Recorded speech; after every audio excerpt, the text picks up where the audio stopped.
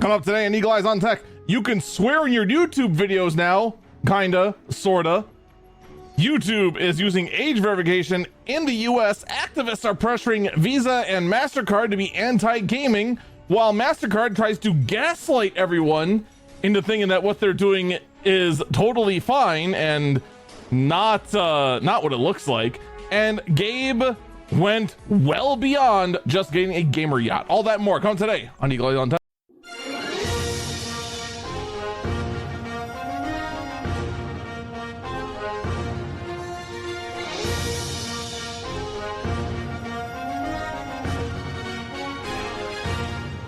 Good morning, good afternoon, good evening, North Sui. I'm going to bury this Eagle Eyes on Tech. I am Eagle Falcon.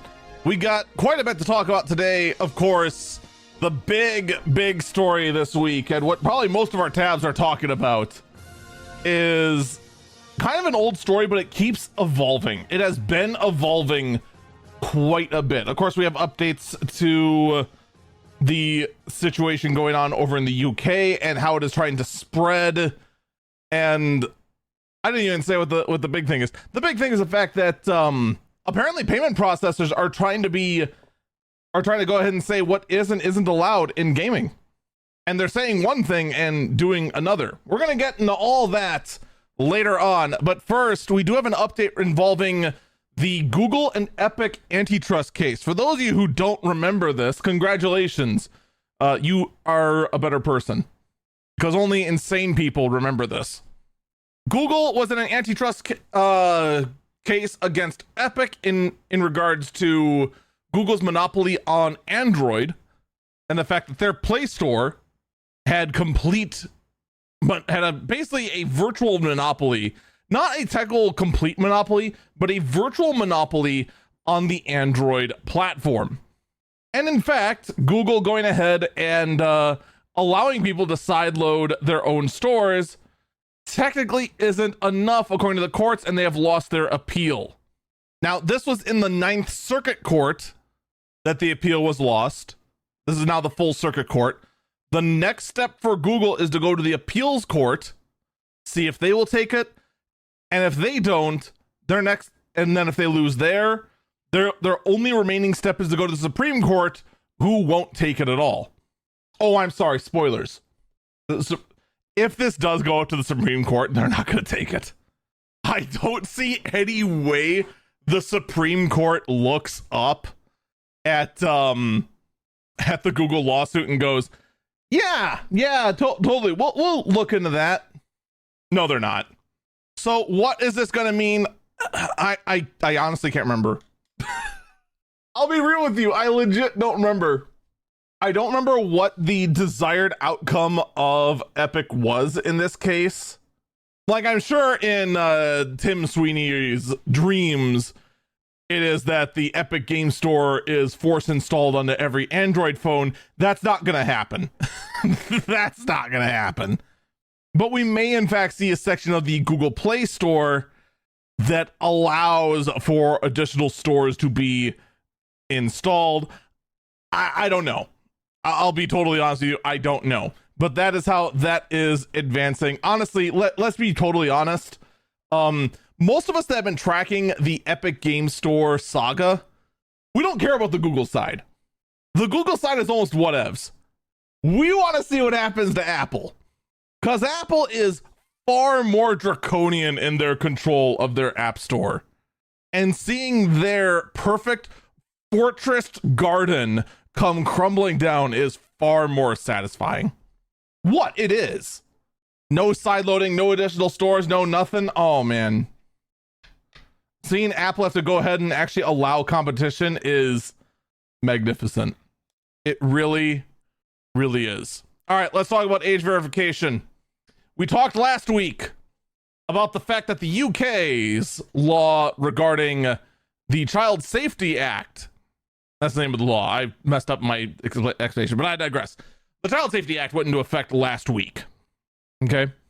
And it basically amounted to, if you were in the UK and you wanted to use the internet, chances are you had to scan your face. And if you weren't able to scan your face, you had to go and submit your ID and risk being doxxed. Granted, you could probably still be doxxed with your face scan, but I digress. Needless to say, tons of people are not happy with that. Everyone disliked that. And of course, the whole point of it was to protect the children, to prevent the kids from seeing anything they shouldn't be seeing at all, period, bar none, etc., etc.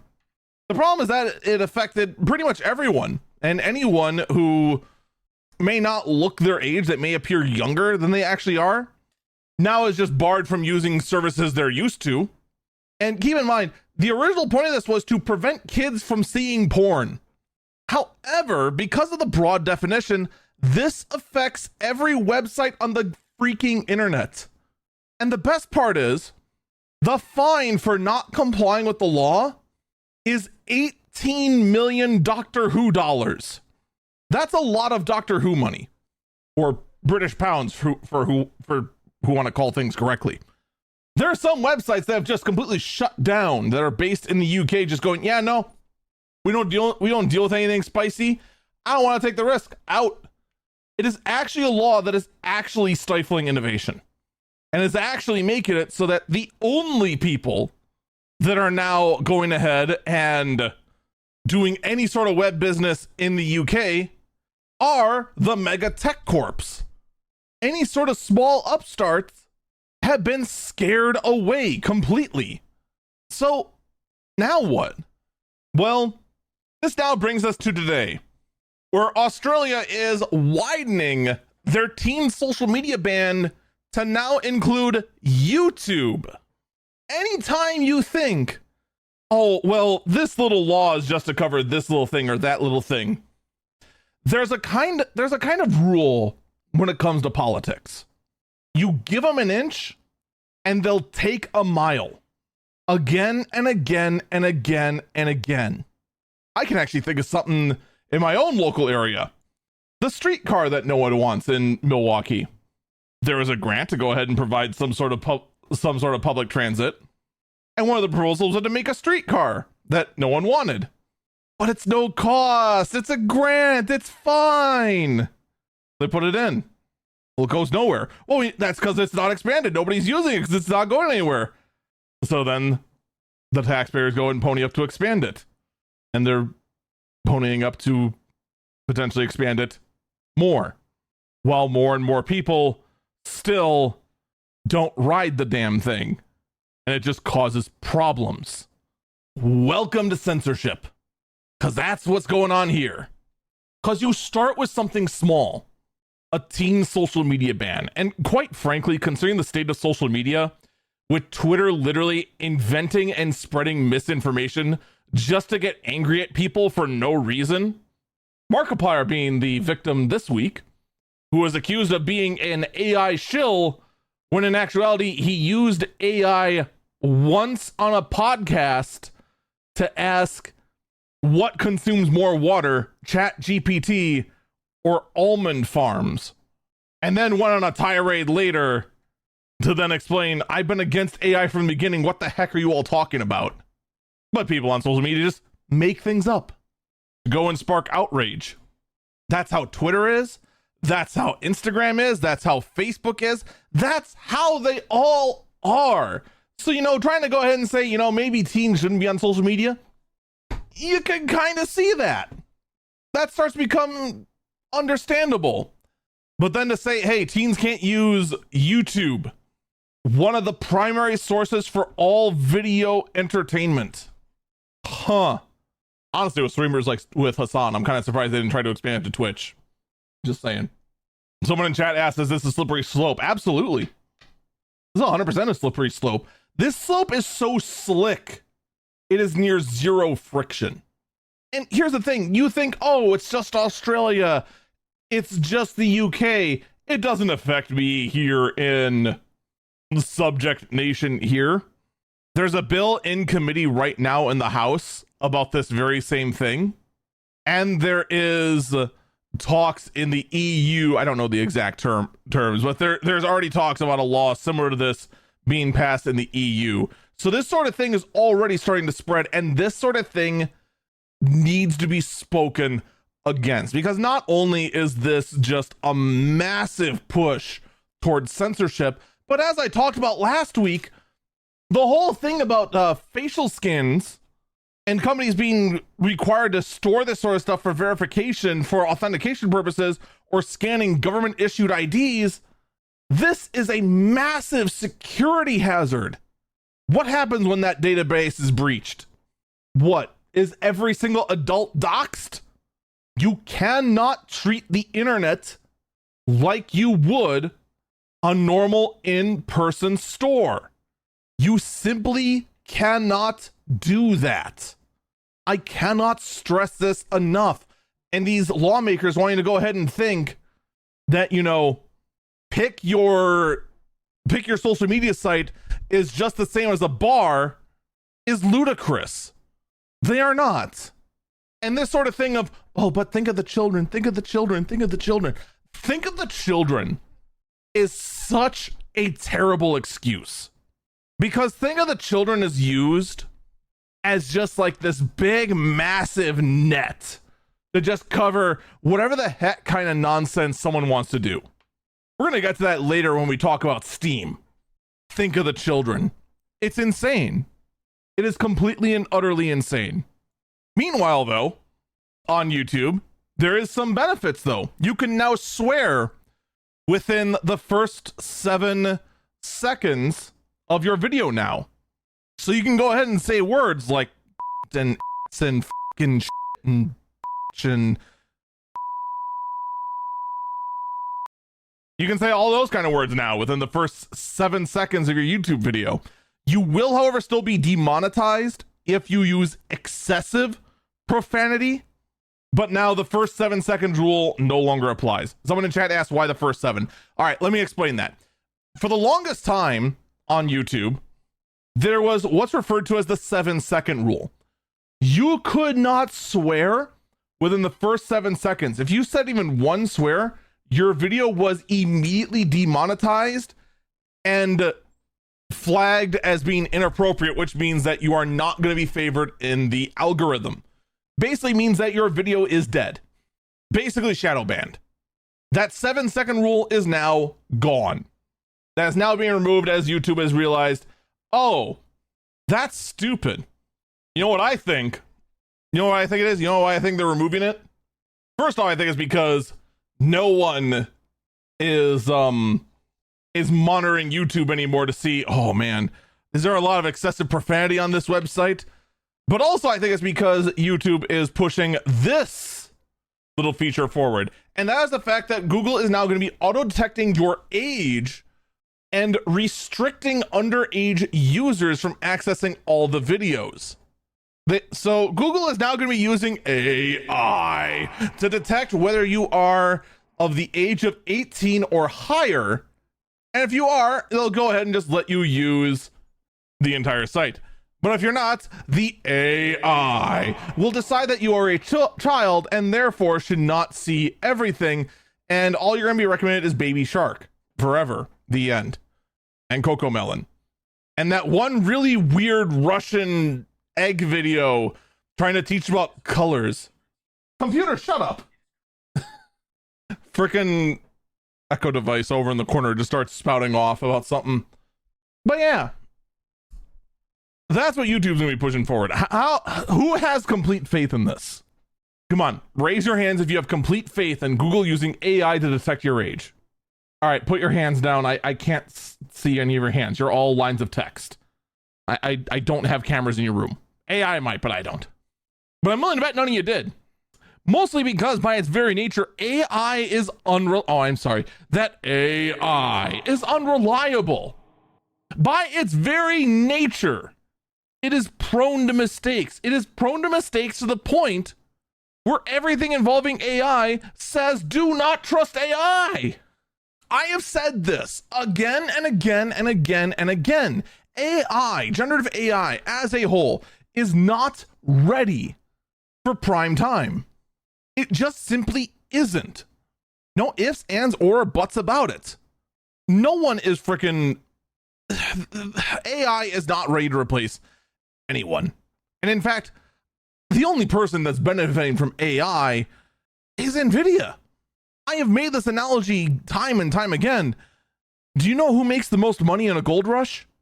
I'll tell you what, the people who make the most money during a gold rush, It's not the gold diggers. It's the people selling the shovels. Who's the richest company in the world right now? It's NVIDIA, the company selling the shovels. Everything else AI related right now everything AI right now is an interesting tech demo. That is the state we're at with AI, but we want to try and pretend time and time again that this thing is ready for prime time, and it just isn't. It's getting better. It's getting far better than it was even months ago. It is improving. It is not ready to replace people. So why are we acting like it is? Do I even need to answer that question? Why are we acting like it is? I mean, first off, we're not acting like it is. I feel like it's safe to say that just about everyone in my audience is not pro AI. They're either indifferent to AI or anti-AI. I feel like that is about where my audience is on AI. It's one of the two, but no one is pro, except for maybe our resident troll. And see, there they are. They're pro AI in a professional capacity. Not by choice, they said. Do you know why the big companies push AI so hard? There's two reasons. One, it's because, they want people to buy their product because it has the new shiny thing. And it makes people think that, oh, it must be better because that's the new shiny thing. And two, it is the philosophy that rationalization is the second strongest human drive.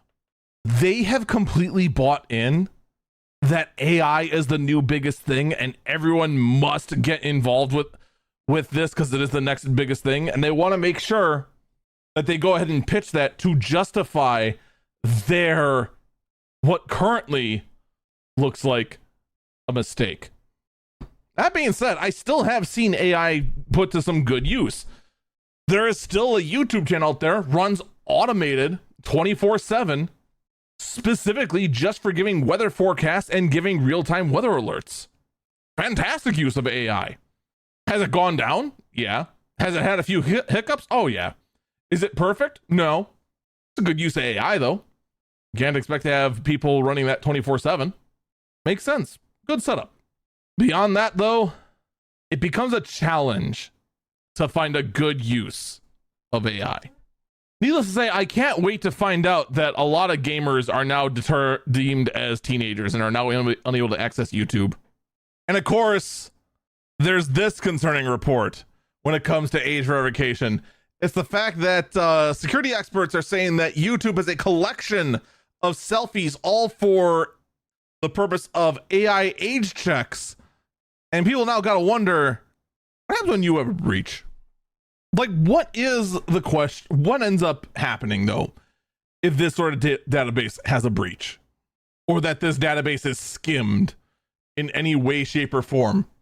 Is everything just be deemed okay, hunky-dory? Everything's perfect and clean forever? Is everything going to be fan-frickin-tastic? What does it mean? Just one more thing to keep your eyes on as the push to save the children continue.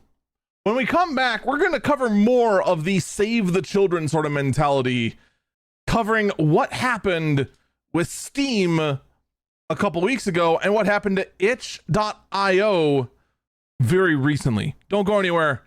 We will be back.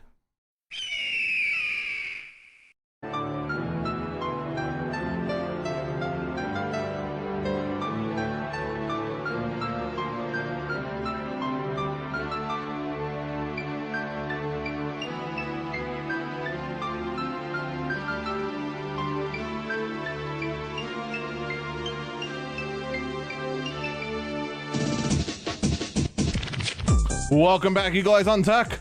I'm Falcon. All right. First off, I'm sure we've all heard about this by now. The fact that Steam has taken a large number of not safe for work games and taken them off the platform.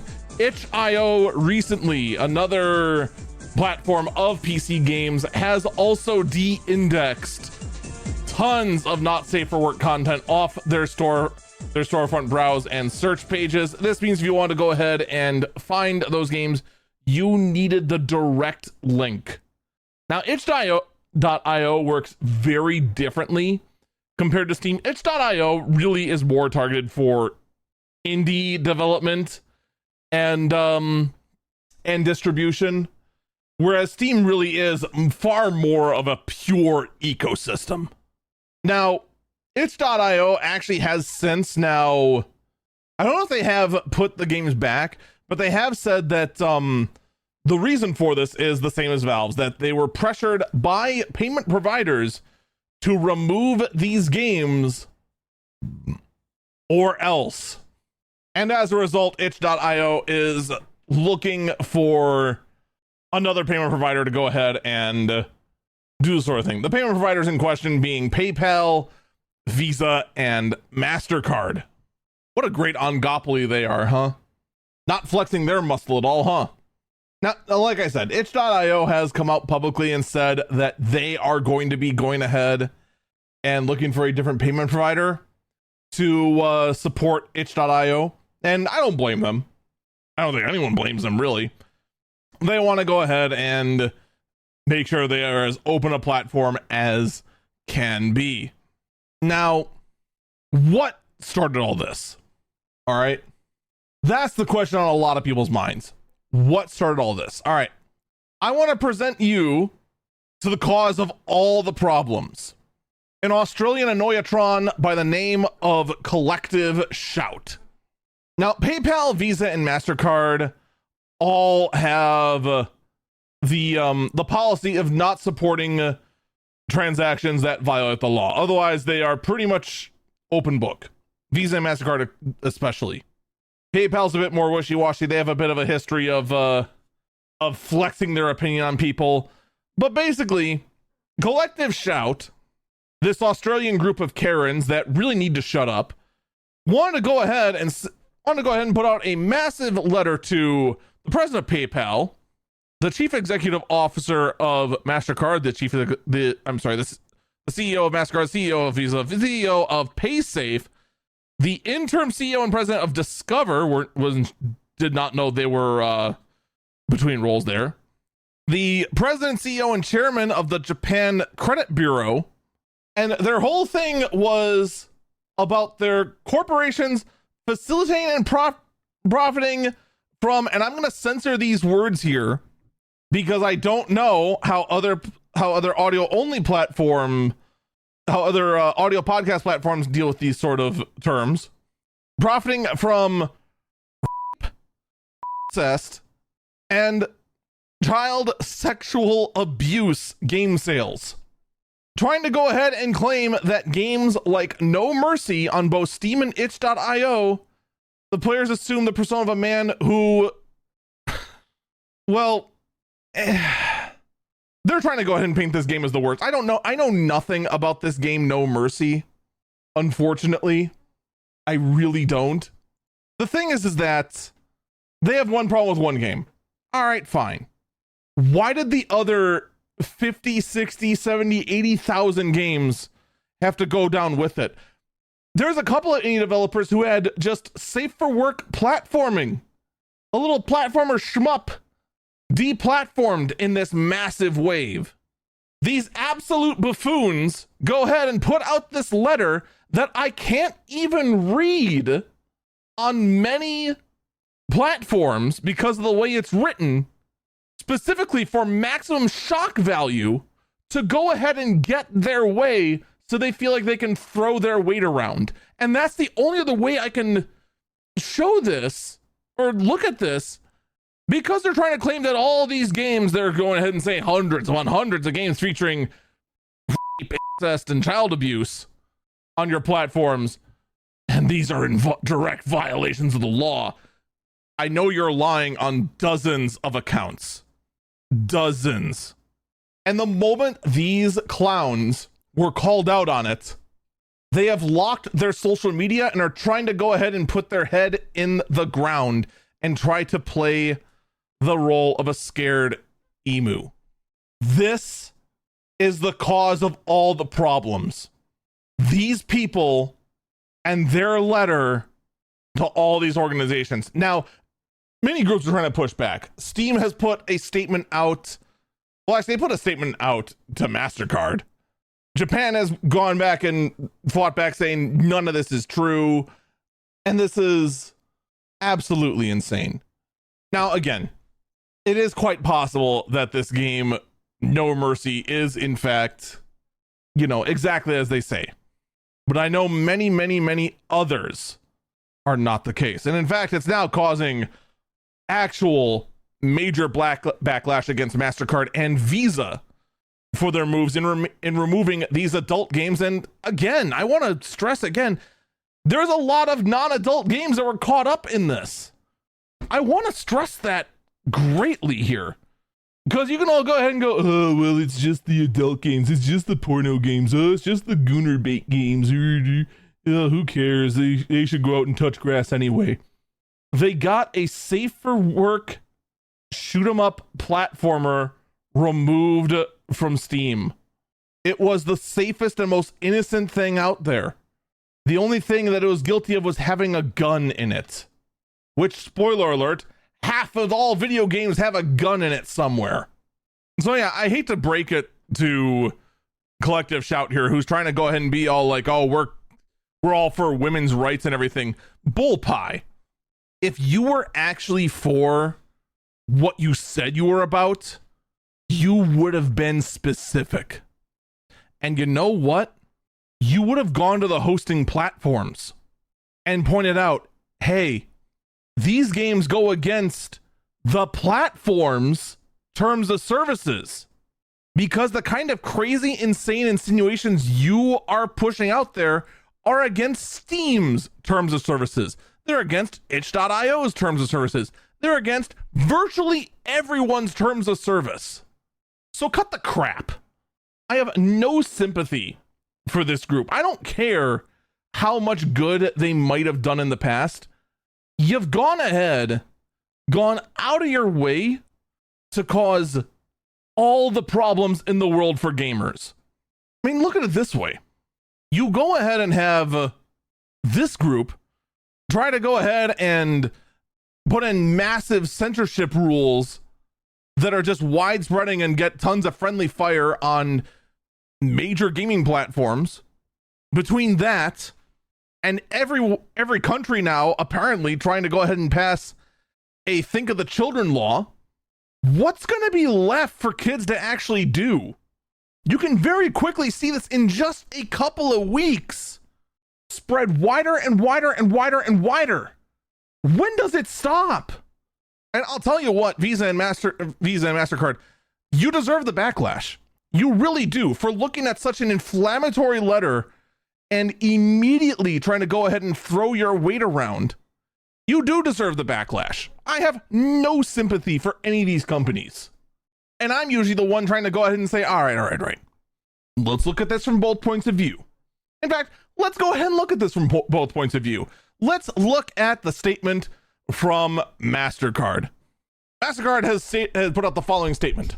Mastercard has not evaluated any game or required restrictions of any activity on game creator sites and platforms. Contrary to many media reports and allegations, our payment network follows the standards based on the rule of law. Put simply, we allow all lawful purchases on our network. At the same time, we require merchants to have appropriate controls to ensure Mastercard cannot be used for unlawful purchases, including illegal adult content. This statement is amazing, because this statement admits they didn't check shit, and they also went ahead and admitted that we have a hands-off approach, but man, you can't go ahead and use Mastercard for any unlawful purchases, including illegal adult content. How do you know it's illegal adult content if you never f***ing checked? I know I try not to swear on this, and I know I try to avoid using the swear button when I record the podcast, but holy smokes, this statement, first off, I just want to say, Valve put out a statement about this. I didn't bother bringing it up because I can summarize in one word. You know what Valve said? Valve said, bullshit. That's simply put. They put it in far more letters than that. But just This statement is 3 sentences. It is 3 sentences. And one of the statements admits that they suck at doing their last sentence. I'm sorry, there's 4 sentences. You want to say that you follow the standards based on the rule of law, but you say it's not your job to look into the rule of law. So you're going to go ahead and try to say that you can't do a thing because against the law, but unlike the actual law, who goes ahead and actually has investigations done to look into whether a law is broken or not, you decided, screw that, listen to a bunch of foreign, I want to stress this, foreign Karens that put out an angry letter to you with no evidence themselves, mind you, and just took their word for it. So either you're lying or you are comically stupid. What an amazing 4 sentences, of which 2 of the sentences are fluff. Someone just clip that entire rant and then send it to Mastercard, because holy smokes, it's crazy. Now, of course, over in the UK, because this whole thing is going global, the organization Yuki, who I just discovered is a thing that exists, has responded to adult games being pulled from Steam and itch. And their whole thing was, maybe you should just have faith in the actual, like, age rating system. How about that? You know, the thing that says whether a game should be available to adults or not, or for kids, or anything like that. Just a crazy, crazy thought. So, this is where we're at right now with this. Valve currently doesn't want to rock the boat. It's hard to blame Valve because one of the people griping at them is PayPal. The problem with PayPal, they are one of the most trusted brands in all of online payment processing. Are they perfect? No. No. No.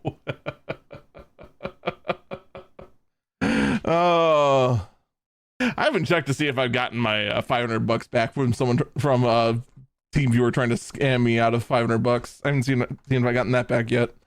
But the thing is that they have that name recognition, and the overwhelming number of people trust PayPal more than they trust Stripe, or they trust Zendesk, or pick a thing. There's plenty of smaller frickin' payment processors out there, but guess what? People trust PayPal first. Although Venmo is getting up there as far as like trust. That is definitely getting up there. Meanwhile, back on the Google train, people found out that Google was in fact indexing ChatGPT conversations, making it so that if you were insane enough to know the exact keywords to look up a specific conversation, you could find someone's conversation if you knew exactly what to look up for on Google. Whoops. So I guess technically someone could brute force that if they really wanted to. I think it'd be a little insane if you did. But that is technically a thing that you can do now, for better or for worse.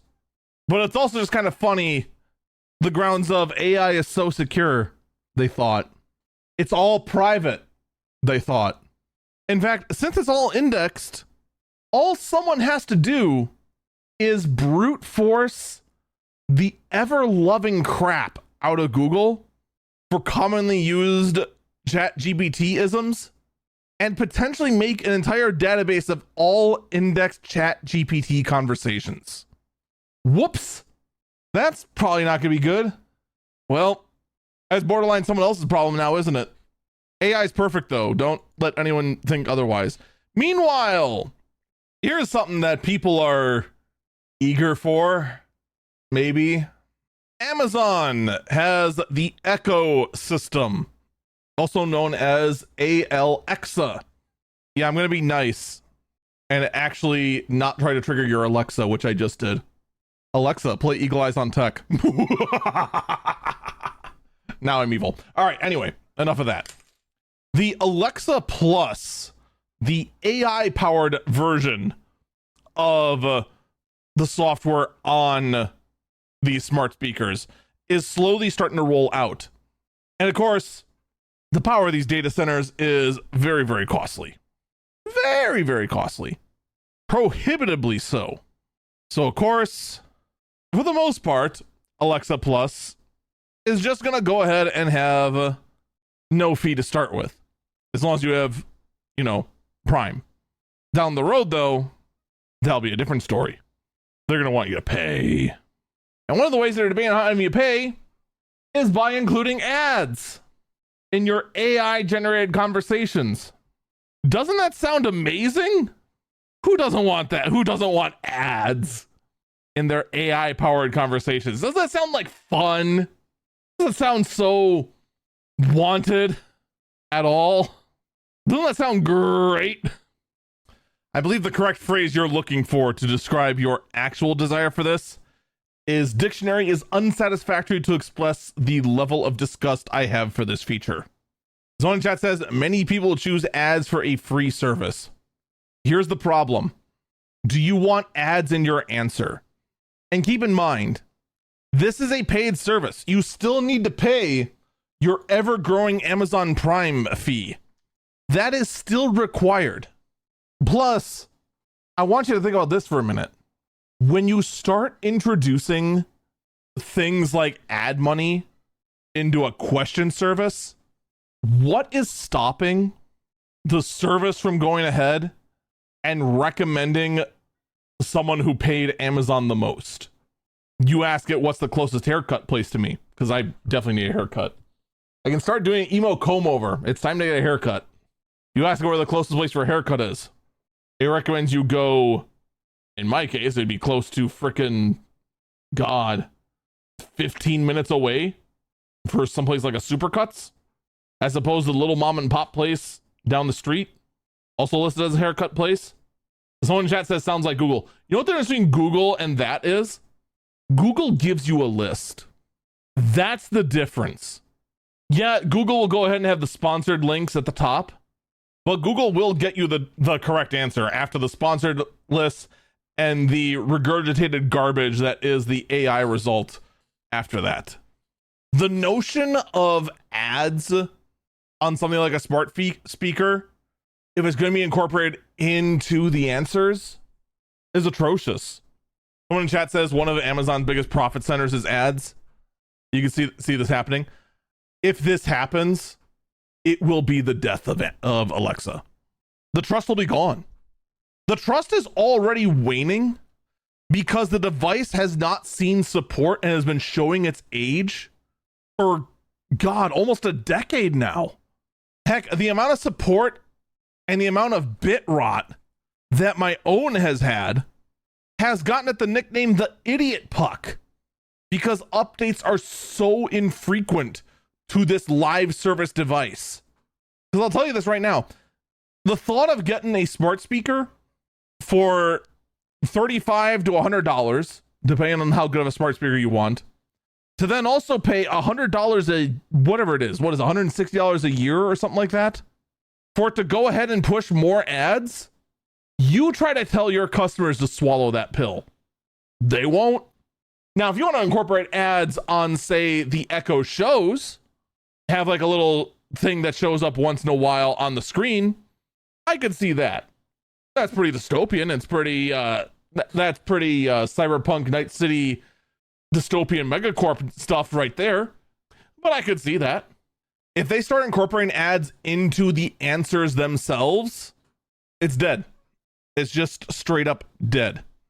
Now, we don't know how ads be incorporated. There's even talks of new subscription tiers that may exist. Like there may be one that is in addition to your Amazon Prime, maybe one that is without Amazon Prime. Oh, who knows? We'll have to wait and see. It's right now all just kind of up in the air. By the way, Adobe Photoshop, if you're dumb enough to still use Adobe Photoshop in this day and age, now has an AI-powered upscaling your old low-res photos using AI. That's a thing that now exists in Photoshop.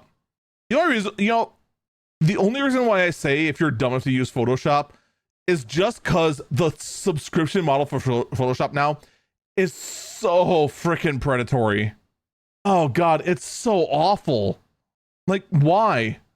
Someone in chat said South Park predicted Alexa suggesting Alexa during conversation and asking if they want to add it to their cart.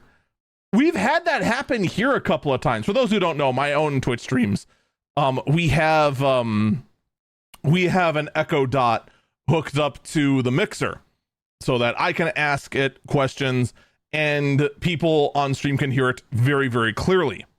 Also, by the way, to the people still making smart speakers, can you please include an audio out? I'm noticing the newer devices do not have this. It is very infuriating that they don't. It is extreme. I would have to go ahead and just have this thing taped to my mic so that people could hear it. Because my mic is built in such a way that if I have it too far away, no one can hear me correctly. Like this. The only reason you can is because of the compressor. It's doing its best. If I do even worse, like so, that's it. Hear anything? Nothing. Not ideal for a smart speaker you want everyone to hear. Clearly. So, AI upscalers in your photo editors, it's happening. Are you surprised? No. Would I recommend it? No. I would honestly not recommend any of Adobe's products right now. I really, really wouldn't. Adobe's stuff is just, it's too expensive for what it is. It really, really is. I just can't. Especially that subscription model. We're going to take our probably last break here. When we come back, I want to talk about new hardware that was announced, including a brand new 64 core CPU. Don't go anywhere. We will be back.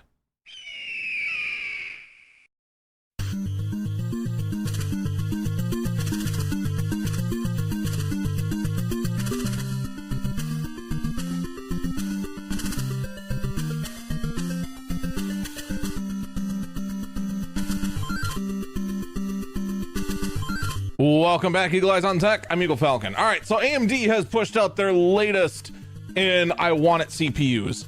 Not that, it's an amazing CPU or anything, or that it's like, oh man, that's a must have. This is more intended for the ultra enthusiast or someone who wants a very powerful workstation. This is a many core CPU. This is the Threadripper 9980X. A 64 core, 128 thread CPU that is more power than anyone needs. And yes, I want it.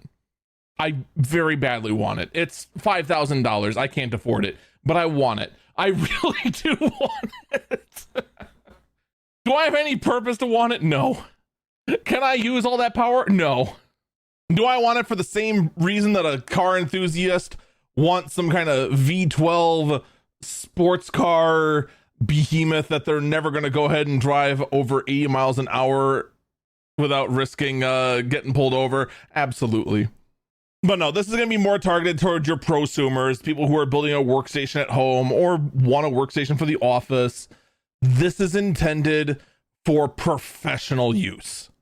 What professional? I don't know, because almost all professional uses nowadays ends up being, GPU bound, but this is more intended for professional use. And the best part is that it's the 9980X. There's gonna be a 9990, which is gonna be a 96 core processor with 192 threads, I think. God, I want it. I want it so bad. I have no reason to want it. Someone in chat asked, can it play CSGO? It could play CSGO and emulate the GPU for it at the same time, probably. Which probably doesn't mean a whole lot to most people. But let me tell you, that is insane to be able to do that. So yeah, AMD, they did it again. They went ahead and were complete lunatics yet again. Meanwhile, Micron has introduced the very first PCI Express 6.0 SSD that has read speeds up to 28 gigabytes per second, not gigabits, gigabytes per second.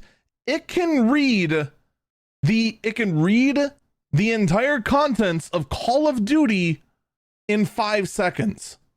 That's crazy. Now here's the bad problem though. This is going to be for data centers. I'm sorry. It's going to be for data centers. For the most part, PCI Express Gen 5 and even Gen 4 is plenty enough for the home use. We're not even getting close to reaching the capacities of what 5.0 can do. Someone in chat asked about how long will it take to boot Windows? Near instant.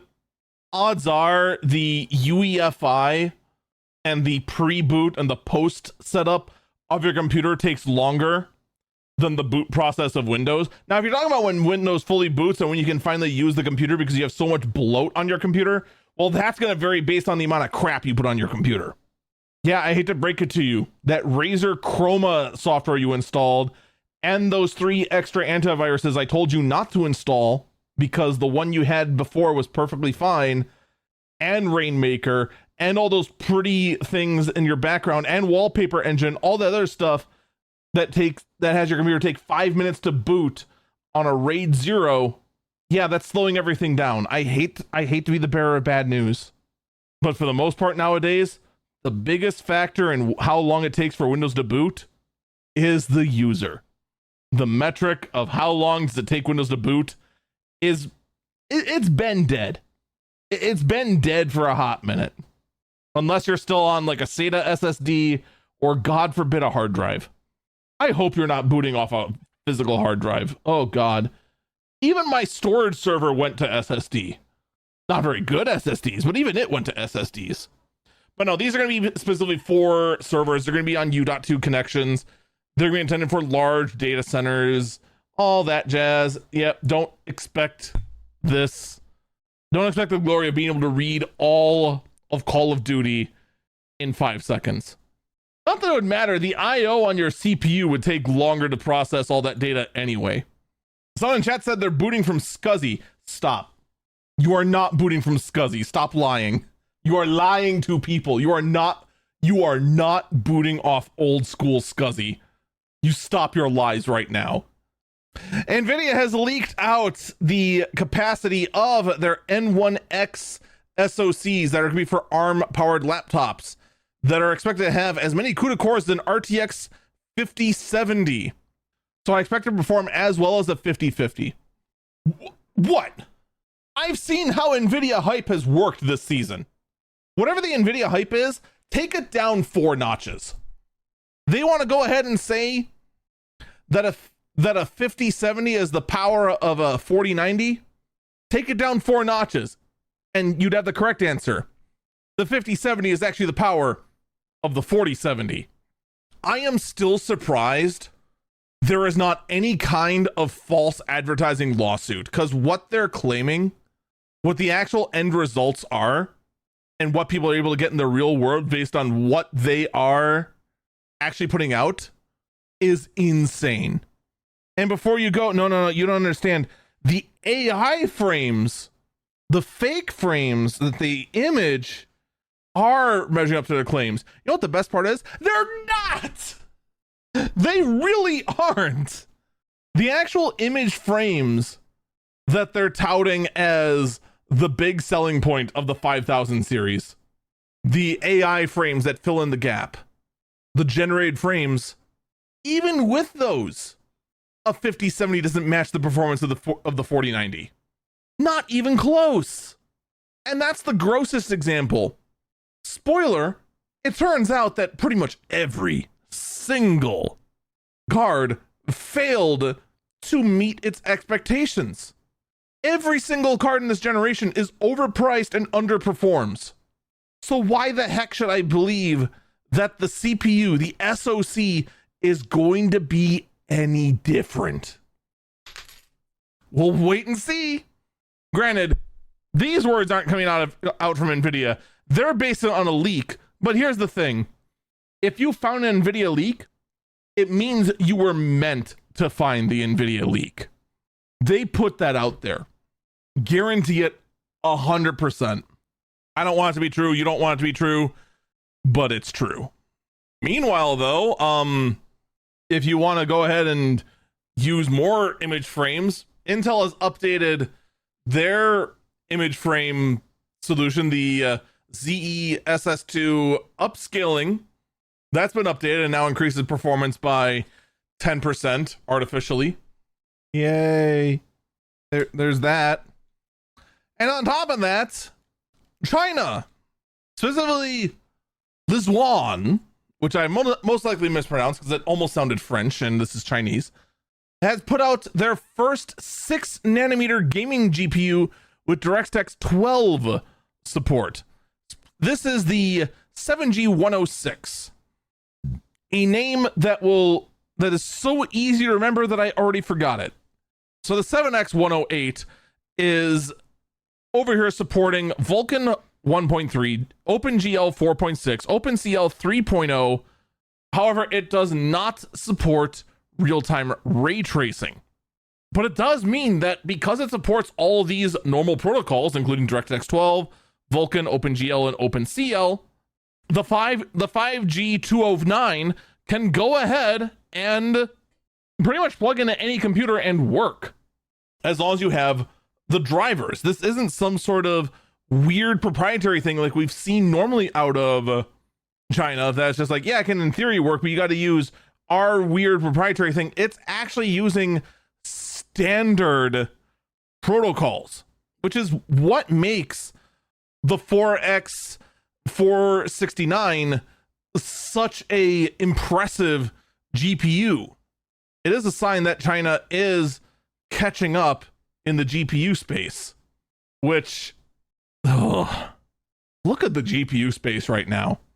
You've got NVIDIA, who has a de facto monopoly because they're the only one that's competitive, and they are flexing their monopoly muscles so hard that it makes people like me unable to really recommend anything new because it feels like such a bloody ripoff.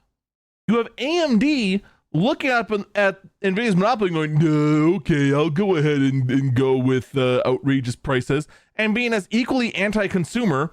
You have Intel, whose department is doing their best and is actually starting to be competitive, but the entire company is singing so much doom and gloom that I fear the GPU department of Intel is going to be dead soon, and most of the company being gutted within the next year and possibly sold off to AMD or NVIDIA.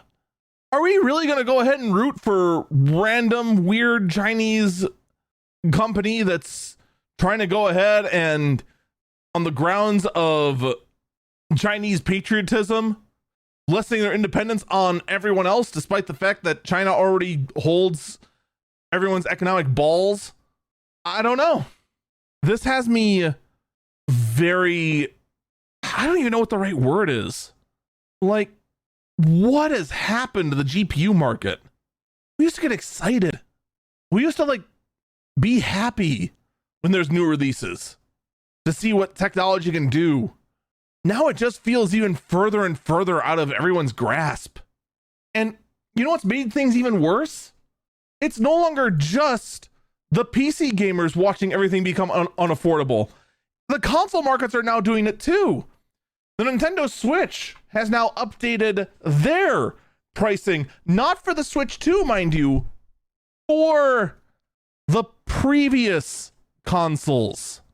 The Nintendo Switch family has now increased the prices of all their models. The Nintendo Switch Lite has gone from $199 to $229.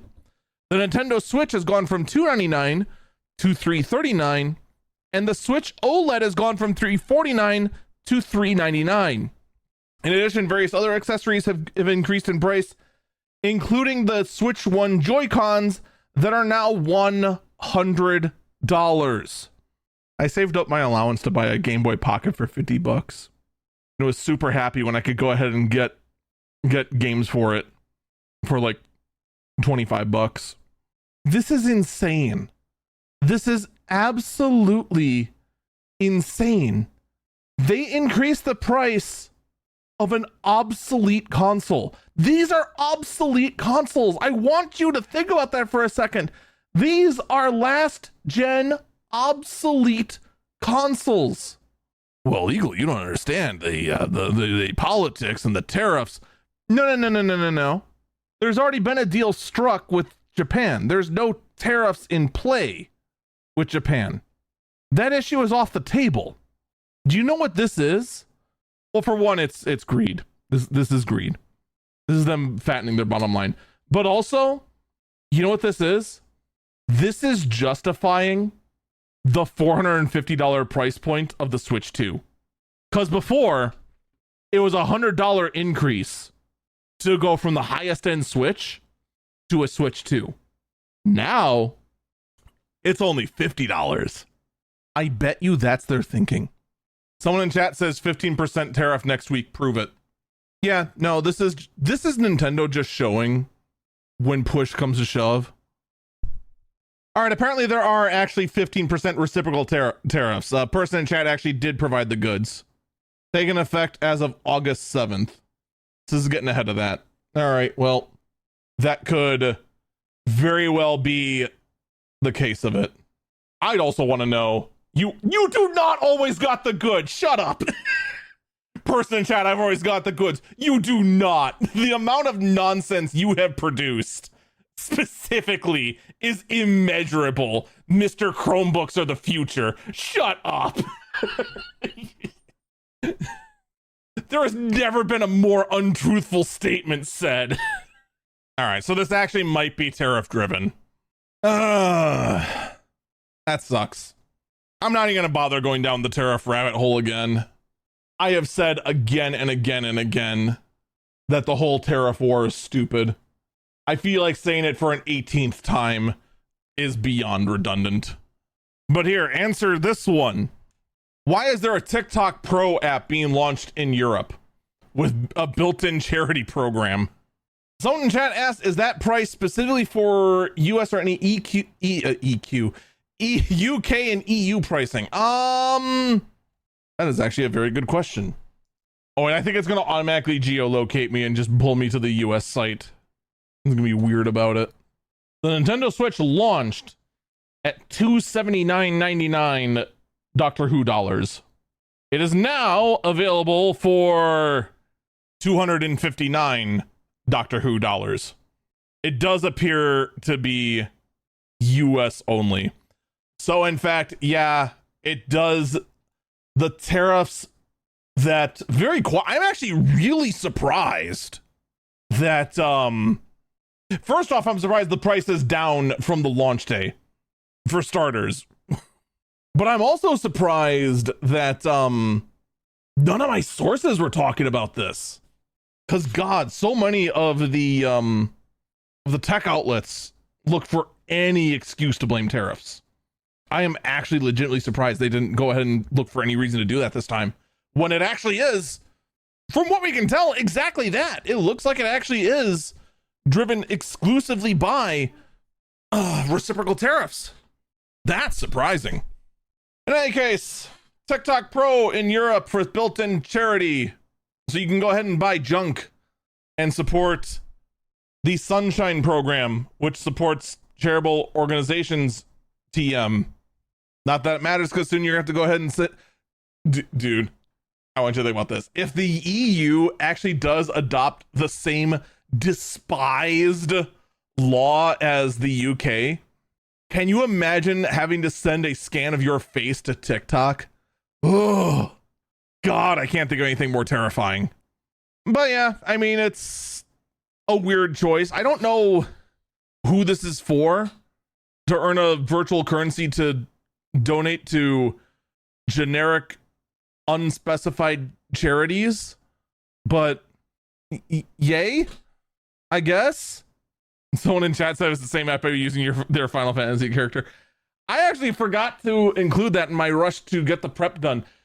A lot of the face scanning that is being done in the UK can be bypassed with Death Stranding, and probably the far funnier, has also been bypassed with Gmod. All right, Death Stranding using Norman Reedus and going ahead and using a hyper realistic face from that game, opening and closing your mouth. Yeah, okay, I can get that. I can see that. I can see that bypassing a thing. It's funny, but I get it. And you have to go through the limitations of, in fact, using a 2D camera.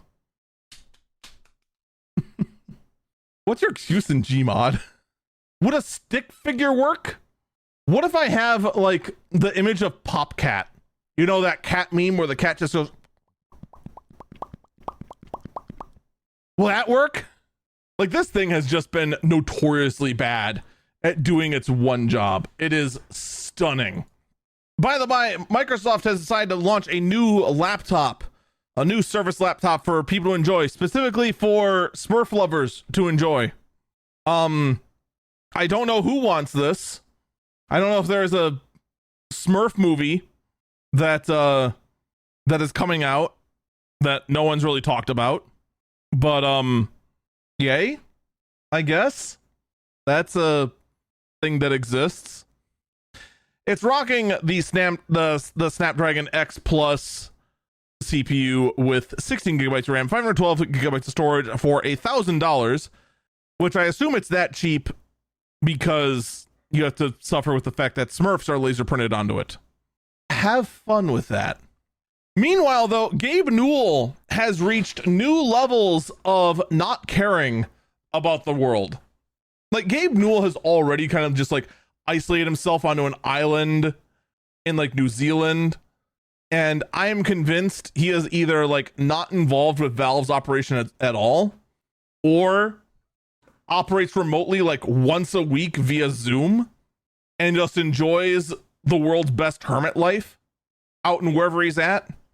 But if you ever wondered just how rich is Gabe Newell, well, Gabe Newell has made one of the most expensive purchases a wealthy man can make. So clearly he got a yacht, right? Some big old mega yacht that is the envy of every person out there. Oh, no. Gabe Newell didn't get a yacht. Gabe Newell got a super yacht manufacturer. Gabe Newell has bought the company Oceanco, which probably is pronounced differently, for they're a Dutch company, and they're the world leading builders of custom super yachts. Gabe Newell just owns that. To which, I mean, it's your money. You can go ahead and do whatever you want with it. But please, oh please, oh please, may one of your first decrees require RGB lighting around every single one of the windows. Non-optional. Because that would be really, really funny. Because on one hand, there's of course the disgust when you realize just how much fuel these things suck up, how much they cost to build, how much they're worth, etc., etc. The flex that it is to have a yacht. But then just to see full spectrum RGB lighting out of every single window almost makes up for that. Almost. It's not going to happen, is it? Yeah. Finally, I bring you the last burb, the last story of the day, the weirdest story of the week. Ladies and gentlemen, peacock feathers emit laser beams. You heard me. Peacock feathers can emit laser beams. You still need a diode to go ahead and do it, but the hollow structure of the feather, along with the iridescent colors, do show that with modification, yes, you can fire laser beams. And these feathers can themselves emit lasers. It's a giant asterisk, mind you, behind it. This is a very stupid and silly story. But I'll tell you what, you will never mess with anyone harder than just injecting into a conversation you want to leave by telling them, did you know that peacock feathers can emit laser beams? And then refuse to elaborate. Amazing things will happen when you go ahead and bring any conversation to a dead stop by telling them peacock feathers emit laser beams. Folks, that is the wrong button. Let's try that again. Folks, that is going to do it for this episode of Eagle Eyes on Tech. Thank you so much for listening, and please feel free to give a follow to the other platforms, twitch.tv/EagleFalcon, youtube.com/EagleFalcon, and follow me on Twitter, twitter.com/Eagle__. Falcon. Take care. I hope you have a great day. I hate the fact that I ended up with a complete mess up. Bye-bye. I'm not editing it out, by the way. That's just in there now. I don't have, we're so late in making the podcast. I don't have the time to edit it out.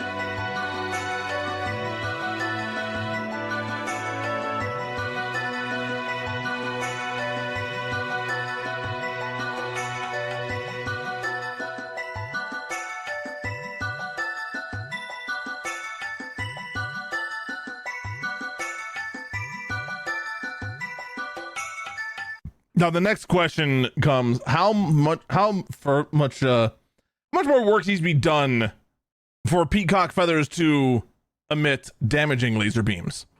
Like, how can we weaponize the fact that peacock feathers emit lasers? How long until the next Star Wars has peacock stormtroopers that fire off laser beams in random directions and are just as accurate as the actual stormtroopers? What if the stormtroopers are actually peacocks? You know, suddenly that actually kind of makes sense in a weird sort of way.